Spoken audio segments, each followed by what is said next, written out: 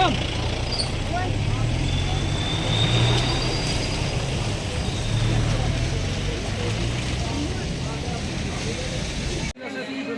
convoy of Meghalaya Police Special Investigation Team now bringing the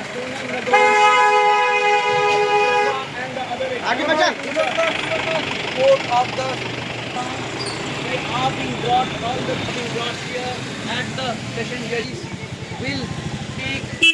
will ask for extension of remand. We'll have to wait and watch what would be the decision of the investigation continues in Indore, and you can see Sonam Raghuvanshi has been now brought to the court.